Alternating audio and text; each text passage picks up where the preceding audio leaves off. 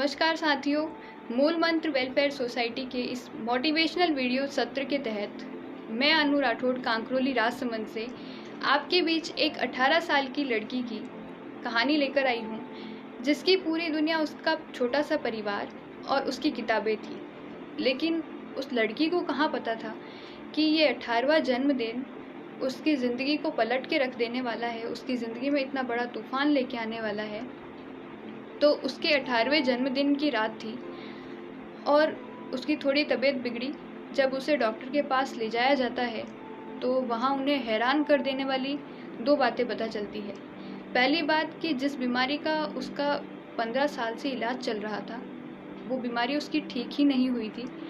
और दूसरी बात ये थी कि डॉक्टर बहुत सीधे और स्पष्ट शब्दों में कहता है कि आपके पास ज़िंदगी में कुछ ही दिन बचे हैं और 98% चांस है कि आप इलाज के बाद भी नहीं बचेंगी, सिर्फ 2% चांस है कि आप इलाज के बाद बच सकती हैं। तो जाहिर सी बात है, आप समझ सकते हैं कि ऐसी कोई बात किसी अपने के लिए या अपने लिए सुनना किसी तूफान से कम नहीं होता है। तो वही उस लड़की के साथ हुआ। वो घबरा गई एक पल के लिए, और कोई भी घबराएगा, लेकिन फिर भी उन लोगों ने हिम्मत रखी, उसके परिवार ने हिम्मत दी उसे, उन लोगों ने सभी ने हिम्मत रखी और उसका इलाज कराया, उसका ऑपरेशन कराया। और ऑपरेशन हुआ भी और भगवान की दया से वो लड़की बच गई। तो आईसीयू के बेड पर लेटे लेटे 7-8 दिन लेटे लेटे उसको कहीं से अपने किसी परिजन से पता चलता है कि अगले महीने उसका एग्ज़ाम है। और उस लड़की ने कभी अपनी ज़िंदगी में किसी रिज़ल्ट में फेल शब्द नहीं देखा था।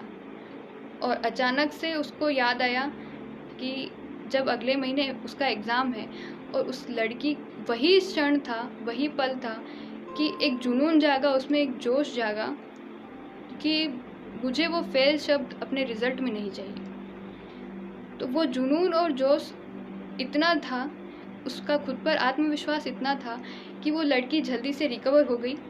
बहुत जल्दी वो रिकवर कर गई, कैसे भी 15-20 दिन के अंदर वो रिकवर हो गई और वहाँ से हॉस्पिटल से वो घर आ गई। लेकिन परेशानियाँ यहीं ख़त्म नहीं हुई थी।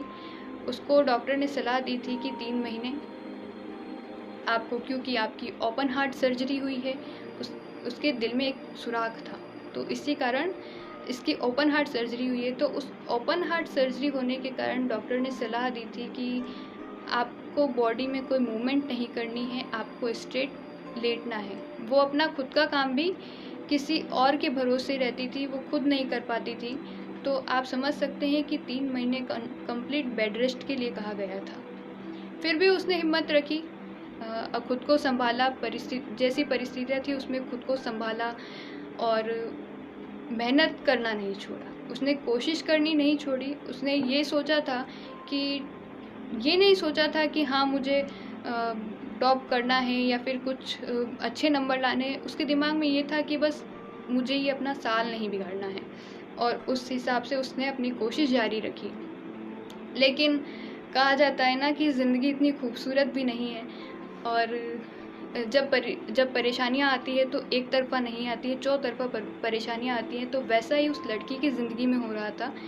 तो जब उससे उसके परिजन और सगे संबंधी या फिर मिलने जुलने वाले लोग आते थे, तो कुछ लोग तो उसका हौसला बढ़ाते थे, लेकिन उनमें से बहुत से लोग ऐसे थे जिन्होंने ये तक कह डाला था कि इस लड़की का तो भविष्य खराब हो गया, इसे तो हमेशा किसी पर डिपेंड रहना पड़ेगा, ये आगे जीवन में क्या कर पाएगी। इतनी सहानुभूति और दया भरी निगाहों से उसको देखते थे कि वो लड़की लोगों से मिलने से डरने लग गई थी, कतराती थी वो लड़की उन लोगों से मिलने से। लेकिन फिर भी उसने रोती थी, दुखी होती थी, कुछ कहा नहीं उन लोगों को। उसने अपनी कोशिश जारी रखी और अपनों के सहयोग से और अपनी मेहनत से, आत्मविश्वास से उसने अपनी हिम्मत नहीं खोई और कोशिश जारी रखी। और ऐसे करके उसका एग्ज़ाम का दिन आया। उसने 2-3 एग्ज़ाम दिए, लेकिन किस्मत को कुछ और ही मंजूर था। तो 2-3 एग्ज़ाम के बाद ऐसा हुआ कि हाई डोज मेडिसिन्स के कारण उसकी पूरी बॉडी में इन्फेक्शन हो गई। जहाँ भी उसके 4 से 5 एग्ज़ाम अभी बाकी थे और उसकी पूरी बॉडी में इन्फेक्शन हो गए, बहुत सारे इन्फेक्शन हो गए। और वो इन्फेक्शन कुछ इस तरह से थे कि 3 घंटे का पेपर लिखना तो बहुत बड़ी बात है, वो 5 मिनट भी कंटिन्यू बैठ नहीं सकती थी। और इस समय डॉक्टर ने स्ट्रिक्टली सलाह दी कि वो पेपर ना दे और कंप्लीट बेड रेस्ट करे। वो बहुत दुखी हुई, लेकिन हुआ यूँ कि 2 से 3 दिन बाद जब उसे थोड़ा ठीक लगा और फिर उसने हिम्मत की, फिर उसने कोशिश की। उसने कहा, उसके मन में सिर्फ एक वो जुनून दौड़ रहा था कि उसके रिज़ल्ट में उसे फेल वर्ड नहीं देखना था। फिर जैसे तैसे करके सारी परिस्थितियों से लड़कर, जूझ कर उसने वो पेपर दिया। और हुआ ये, और उसकी हिम्मत का, उसके अपनों के सहयोग का और उन्होंने जो हौसला बढ़ाया, उसका नतीजा ये रहा कि वो लड़की पास हुई। और सिर्फ पास ही नहीं हुई, बहुत अच्छे नंबरों से पास हुई। कॉलेज की टॉप लिस्ट में उसका नाम आया। और ये कॉलेज की टॉप लिस्ट में उसका नाम आना उन सभी सगे संबंधियों और उन सभी लोगों के लिए एक मुंह पे उनके तमाचा था, जिन्होंने सिर्फ नकारात्मक विचार रखे उसके लिए और उसका हमेशा हौसला तोड़ने की कोशिश की। छोटी सी घटना से मैं आपको 3 बातें बताना चाहती हूँ।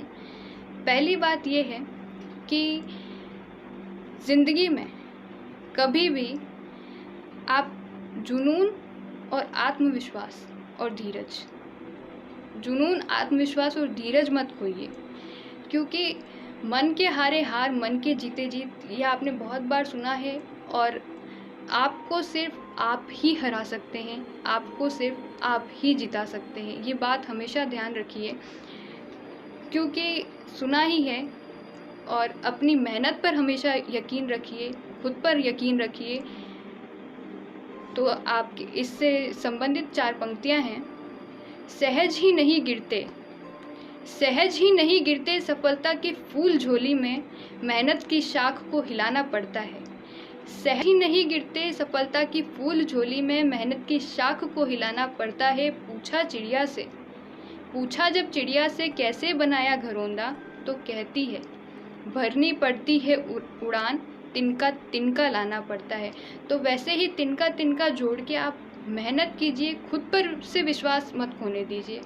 दूसरी बात, ज़िंदगी में 2 तरह के लोग मिलेंगे, पहले सकारात्मक विचार वाले और दूसरे नकारात्मक विचार वाले। तो ये चयन आपको करना है कि आपको कौन से विचार प्रभावित करते हैं। अगर उस लड़की ने उन परिस्थितियों में उन लोगों की बातों पर ध्यान दिया होता और ज़्यादा उन पर ध्यान दिया होता या फिर सोचा होता, तो शायद वो कुछ भी नहीं कर पाती।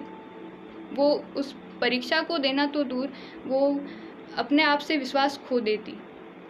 तो ये आपको चयन करना है कि आपको किनकी बातों पर ध्यान देना है, किसकी बातें हितकर है आपके लिए। तो उससे संबंधित 4 पंक्तियां हैं मेरी। लेकिन उस लड़की की ये बात रही कि उस लड़की ने ना उन नकारात्मक बातों पर ज़्यादा ध्यान दिया और ना उनको पलटकर जवाब दिया। तो उससे संबंधित ही 4 पंक्तियां हैं। तुमने उठाए जो मुझ पर, तुमने उठाए जो मुझ पर, उन सवालों का जवाब हूँ मैं। तुमने उठाए जो मुझ पर, उन सवालों का जवाब हूँ मैं। जो हासिल नहीं कर सकोगे, जो हासिल नहीं कर सकोगे, वो सुनहरा ख्वाब हूँ मैं। जिसका नज़रिया जैसा, जिसका नज़रिया जैसा, उसने आका मुझे उस हिसाब से। जिसका नज़रिया जैसा, उसने आका मुझे उस हिसाब से। उन्हें क्या खबर, अब उन्हें क्या खबर कि बेहद हूँ, बेहिसाब हूँ मैं। उन्हें क्या खबर कि बेहद हूँ और बेहिसाब हूँ मैं। और तीसरी बात ये है कि आप सभी से ये कहना चाहूँगी मैं कि एक ही ज़िंदगी है हमारे पास। ज़िंदगी में उतार चढ़ाव, सफलता असफलता आती रहती है। ये ज़िंदगी में उतार चढ़ाव और सफलता असफलता सिर्फ ज़िंदगी का हिस्सा है, हमारी ज़िंदगी से बढ़कर नहीं है। तो आप इस हार जीत से निराश न होइए, हमेशा हिम्मत रखिए। और आपकी जीत का रास्ता, हमेशा ध्यान रहे कि आपकी जीत का रास्ता किसी का दिल दुखा के, किसी का हौसला तोड़ के ना जाता हो। क्योंकि किसी की आंख में आंसू आपके लिए, यह आपके जीवन की सबसे बड़ी उपलब्धि है। और किसी की आंख में आंसू आपके कारण, ये आपके जीवन का सबसे बड़ा अपराध है। तो मैं यही कहना चाहूँगी, खुद पर विश्वास रखिए, एक ही ज़िंदगी है, इससे खुलकर हंसते मुस्कुराते रहिए, खुलकर जी लीजिए, हंसते मुस्कुराते रहिए, स्वस्थ रहिए, मस्त रहिए और घरों में रहिए, सुरक्षित रहिए। यही आज के समय में सबसे बड़ी राष्ट्र सेवा है कि आप सुरक्षित हैं तो आपका राष्ट्र सुरक्षित है। जय हिंद, जय भारत।